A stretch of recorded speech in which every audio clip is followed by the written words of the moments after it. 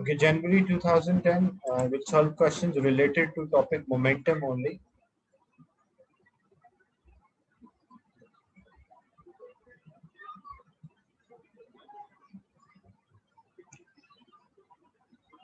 Question 3, what could be the answer for question 3?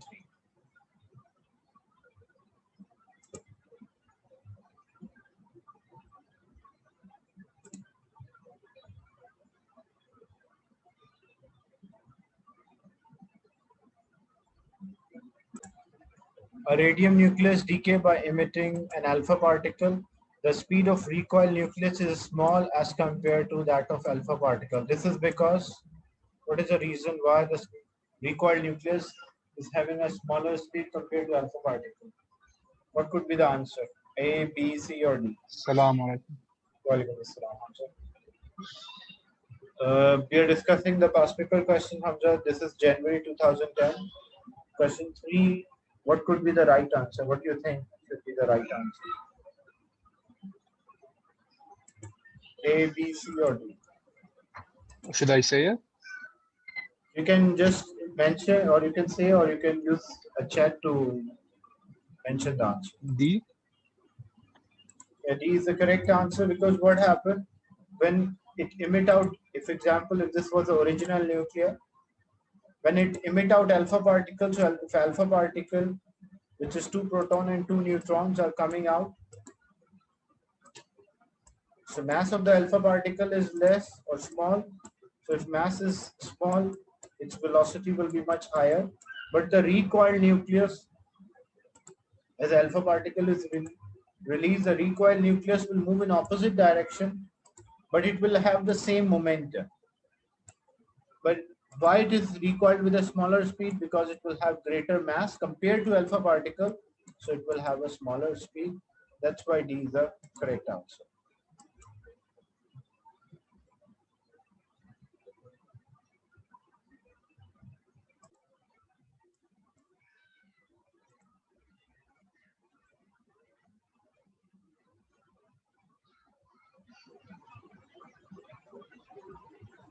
Question 1, what could be the answer? The area under a force time graph represent what? Acceleration, change in momentum, displacement, or kinetic energy?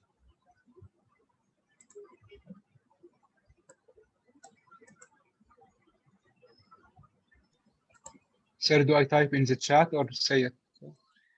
Type in the chat. Okay.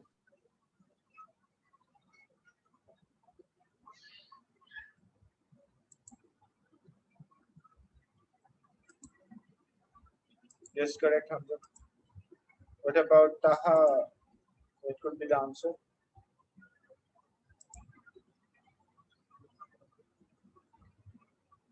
B is the right answer, because when you have force in time graph,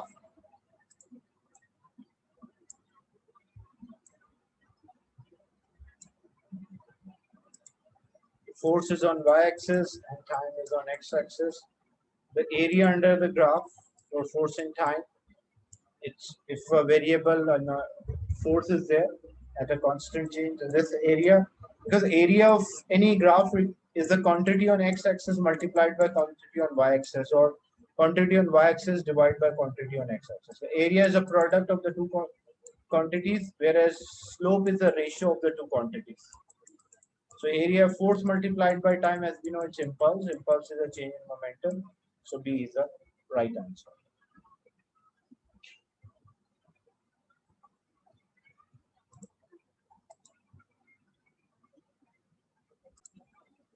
Question 18, a student is using a Newton's cradle.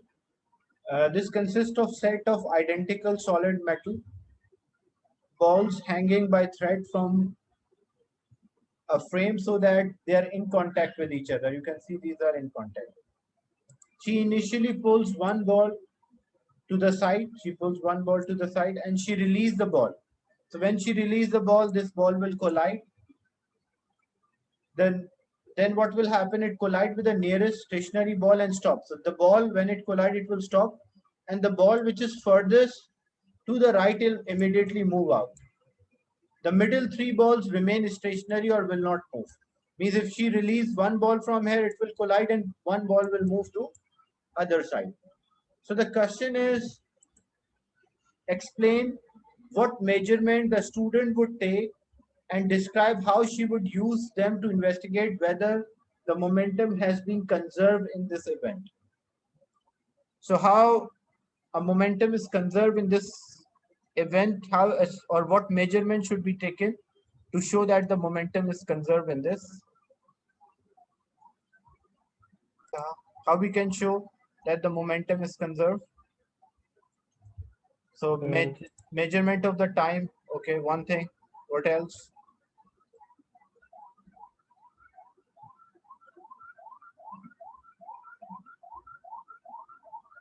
Because we want to show calculate the ball's mass mass of as the well ball, okay. for What else? velocity.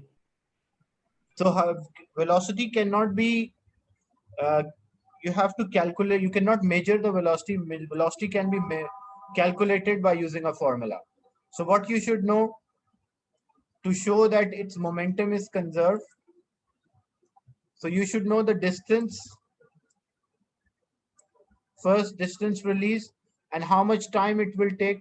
So distance divided by time, what you will get velocity. And because these are, this consists of set of identical solids. So if it consists of set of identical solids, so we don't have to bother about the mass. If the velocities are conserved, it means momentum will also be conserved. So because the momentum is a product of mass and velocity, mass, if we don't know the mass, that's okay, because I can find the velocity of the object one, the ball velocity of this ball one. An example, if this is ball 1, 2, 3, 4, 5, then I should measure the distance moved by ball 5 and distance divided by time. What I will get? I will get the velocity of the last ball. If their velocities are same, because their mass, they already mentioned their identical masses. So if their velocities are same, then the mass will also be conserved. Okay. Is it clear? Yeah. So we can measure either a distance, height, or time. Then we can calculate the speed on impact, and we can compare the speed after the impact. And if two speeds are same, it shows that the momentum is conserved. Is it clear? This is a 4 marks. So 1 mark is for mentioning measure distance, time. Second mark is for mentioning calculate the speed. Third mark, measure the speed before the impact. Then fourth mark, measure the speed after the impact. If speeds are same, then it shows that the momentum is conserved. Mass, why the mass is not important? Because the particles or the balls are identical. So if I don't know the mass, like the momentum before is m1 v1 and momentum after is m2 v2, but because these masses are same or identical, so if there is a change in velocity, that I can identify there is a change in momentum as well. If there is no change in velocity, there is no change in momentum. The second part of the same question, the student makes the following observations. The ball on the right returns and collide with a similar result that repeat itself number of times. After a while, the middle ball are also moving, and shortly after, the balls all come to rest. Discuss the observations in terms of energy. So what they mean here, like when you release this first ball, it will collide and the last ball will move. Then this last ball will return and collide. The first ball will also again move. And this will continue, but so the balls on the right return and collide with a similar result. This repeats itself number of times. Then after a while, the middle ball also are moving, and shortly after, all the balls are at rest. How you explain in terms of energy this observation? So first thing, you should identify whether a collisions are elastic or inelastic. What do you think? Collisions are elastic or inelastic? At first, inelastic. Inelastic. Why? Because the thing is, as the system is returning back to its, like, you initially there was a kinetic energy, but what happened at the last, there will be only internal energy. So all of the energy or energy changes to other form. So the collision likely to be inelastic. So you'll mention the collisions are inelastic. Why the middle ball is moving? Because some of the energy is transferred to the middle ball. And eventually, why all the stop? Because all of the energy is transferred. There is no kinetic energy. Is it clear?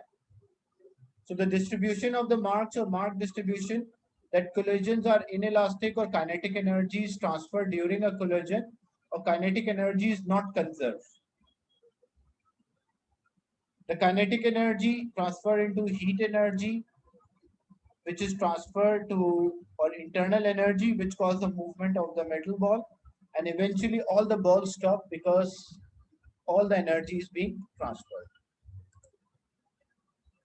Is it clear? Sir, they stop because the energy is transferred to the surrounding?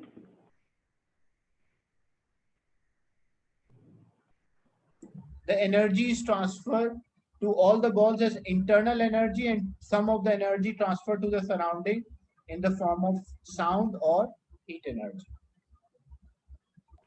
Okay.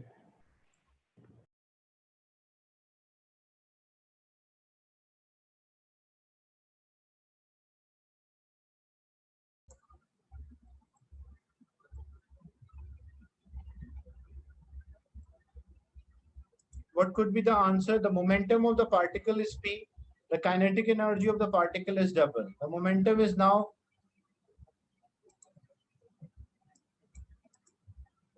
question number 1. What could be the answer? Sir, A? A is the right answer. Because how you relate the momentum and kinetic, as we know, momentum is a product of mass and velocity, and kinetic energy is half mv square.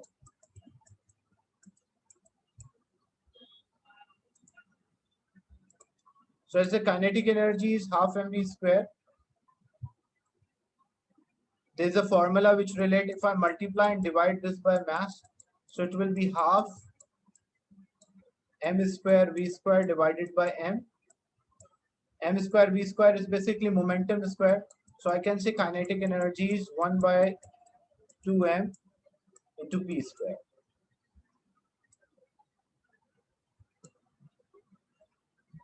Or we can say p is equals to square root of 2m into k. That's a formula which relates momentum with kinetic energy. So momentum is equals to under root of 2 into mass into kinetic energy. They mentioned the kinetic energy is double, so this become 2 ke. So when this become 2 ke, I can write like this. This will be 2m into 2 ke and in a square. When we solve, like 2m and ke is equals to p, this is a new momentum when the kinetic energy is double. So this will be 2mke, the kinetic energy in a square root, and multiplied by under root 2. It's the same thing. I just separate. Why separate? Because under root 2 mke is equals to momentum. So new momentum is equals to under root 2 of the original momentum. Is it clear? A is the right answer for this. Any doubt in this? Question 2. What could be the answer for question 2? A, B, C, or D?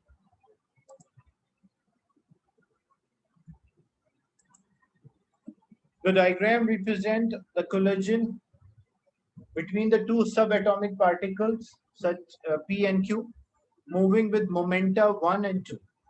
After the collision, they have momenta 3 and 4. Which vector diagram best describes the relation between moment? Because the momentum before collision should be equal to momentum after collision. So what is the answer for this? A, B, C, or D?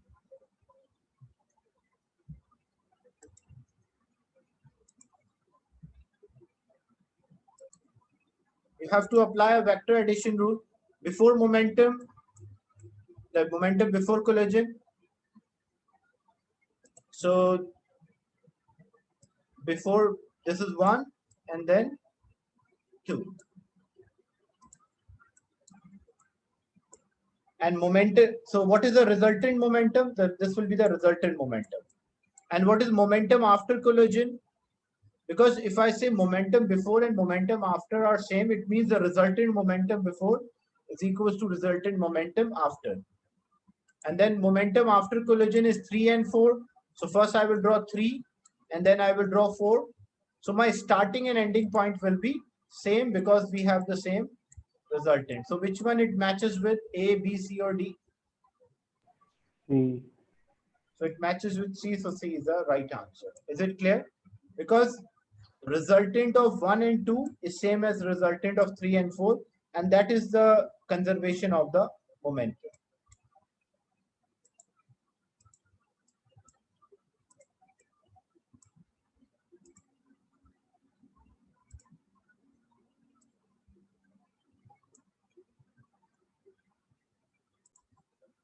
Okay, discussion. The mass of the neutron is Nu, where N is the relative mass of a neutron and its initial velocity is x. The nitrogen atom has a mass of 14U. It is initially stationary and then it knocked out of knocked out of the target with a velocity y by collision with neutron. Show that the velocity z of a neutron after collision can be written as this. So how you can write this?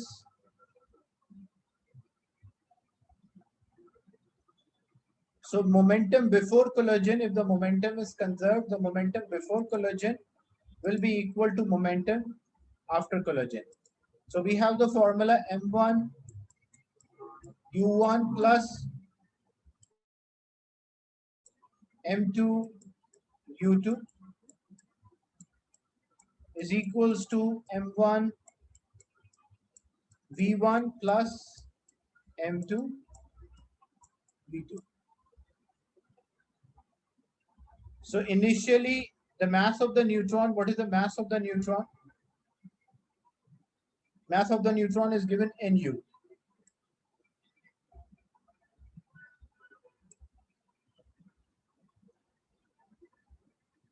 And velocity at which it is moving, that is equals to x. U is like a unit, atomic mass unit, plus mass of the nitrogen is what? It's 14U. But initially in the question they mentioned it is stationary. So if it is stationary, so its initial velocity is 0.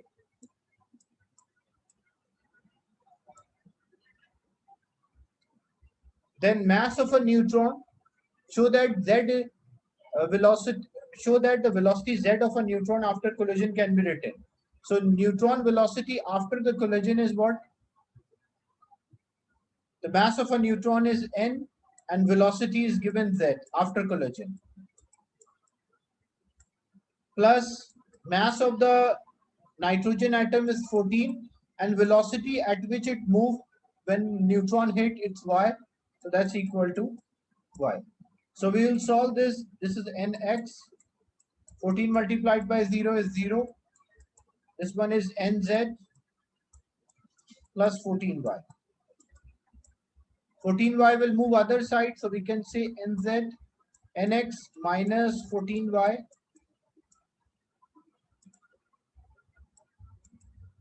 is equals to nz. And then we need z, so n is multiplied, z will be divided. So we can say nx minus 14y divided by divided by n is equals to z. Is it clear? We use Yes, sir. Clear. a principle of conservation of momentum and just a variable, because we don't need a exact value here. We just have to show an equation that it's giving according to the question. Sir, in the first step, Yes. when you wrote mass for M1, Yeah. you only wrote N and not NU. Why? Yes. Why I did not use the full one? Because what is the mass of the neutron? N is the relative mass of the neutron. What is U? U is actually a unit. Like example, if I say in numbers, if I say the mass of the neutron was 1.6 into 10 to the power minus 27 kilogram. Okay. So if I substitute the value here, I just substitute the magnitude. I don't substitute the unit. I don't write like 1.6 exponent minus 27 kg. So what is U here? U is the atomic mass unit, because neutron is mass is 1.67 exponent minus or 1.6 exponent minus 27 kilogram, or you can also say 1 atomic mass unit. So U is the atomic mass unit or unit of the mass, and N is the relative mass. Okay. So I did not substitute the unit. That's why you can see here for nitrogen also I wrote 14. I did not write 14U. Why I did not write 14U? Because U is a unit for the mass. Like kilogram is their unit, gram is their unit. U is also a unit of the mass, which is called atomic mass unit. So I simply substitute the magnitude, not the unit. 13.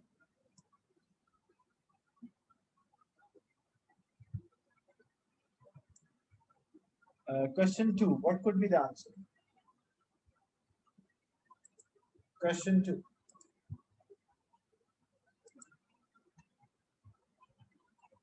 A body initially at rest explodes into two masses. These masses move apart with a speed v1 and v2. The ratio of v1 over v2 is equal to.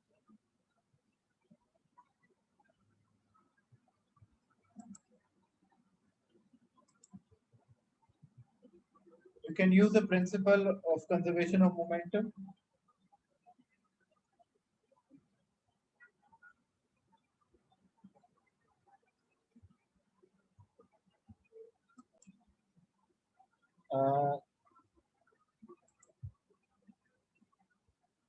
Yeah, B is the right answer. Look how you will use conservation of momentum. It's m1 u1 plus m2 u2 is equals to m1 v1 plus m2 v2. If something initially at rest, so initial momentum is 0, means this whole part is 0. Okay. And if it explodes into two masses, so to conserve the momentum, if I say this was an object and this object exploded into two masses, so if one mass is or one part is moving towards right, the other part should move towards left to conserve the momentum. So if mass 1 is moving with velocity v1, then mass 2 should move with velocity minus v2. Why? Because the original momentum is conserved, the final momentum should also be conserved. So mass is m1, velocity is v1 minus m2 v2. Why I am writing minus? Because they should move in opposite direction. Momentum should be conserved. So if first one is having a momentum positive, the other one should have a negative momentum. Now if you solve, if I move this to other, we need a ratio of v1 over v2. So if I move to other side, it will be m2 v2 is equals to m1 v1. And when I take the ratio, so m2 divided by m1 is equals to v1 divided by v2. So that's why B is the correct answer. Is it clear? Yes. Question 6. What could be the answer?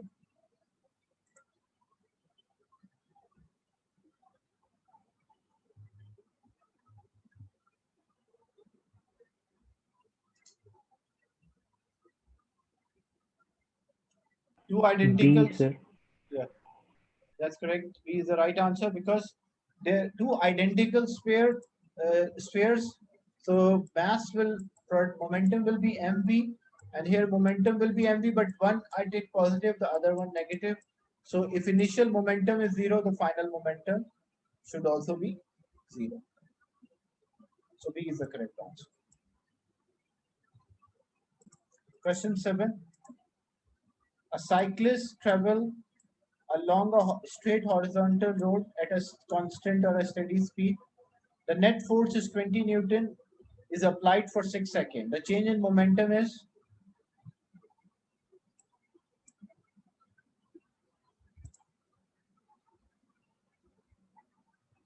what could be the change in the momentum? Impulse.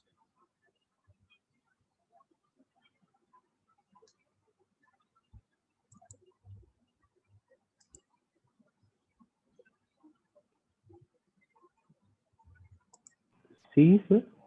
Yes, impulse is a product of force into time. That C is the correct answer.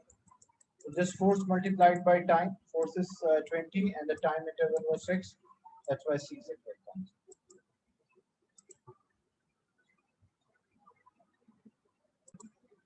So this one is January 2014.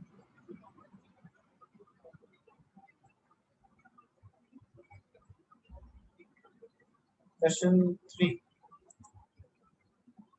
The graph shows how the force on a stone being fired from a catapult varies with the time. Which quantity represents the shaded area? Area under the graph for force and time.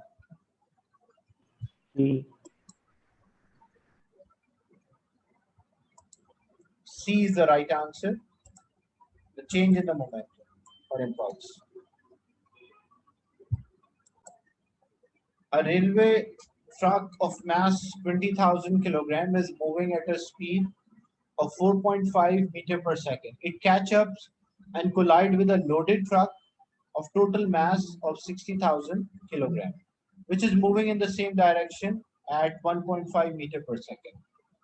The graph shows the speed of heavier truck before and during and after collision. By mean of calculation, show that the speed of the lighter truck after collision will be 0. So you have to show that the speed of the lighter truck, means the 20,000 kilogram truck, after the collision will be 0. So how you can show this?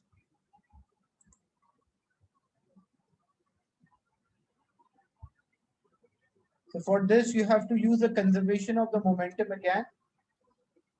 That the momentum before collision should be equal to momentum after collision. So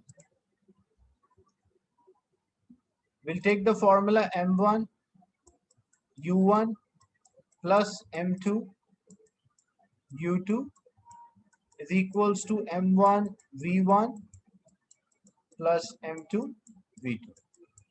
M is the first mass, which will be, just I will mention how to substitute the values. 20,000 multiplied by initial velocity was 4.5. The second mass was 60,000 and initial velocity is 1.5.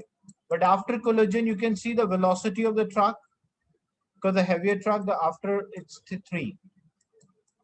So m1 is 20,000 multiplied by its velocity v1 plus m2 60,000 and multiplied by velocity is 3.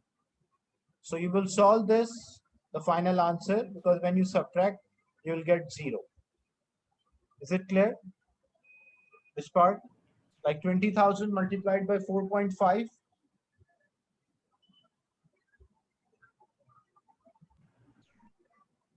Clear, sir.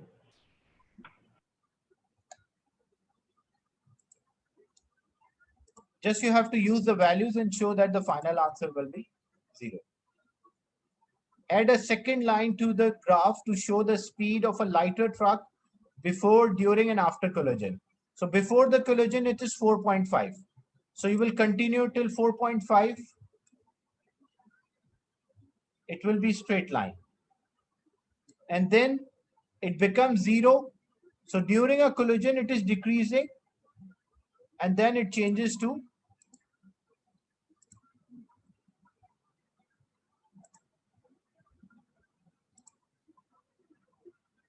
So this is 4.5,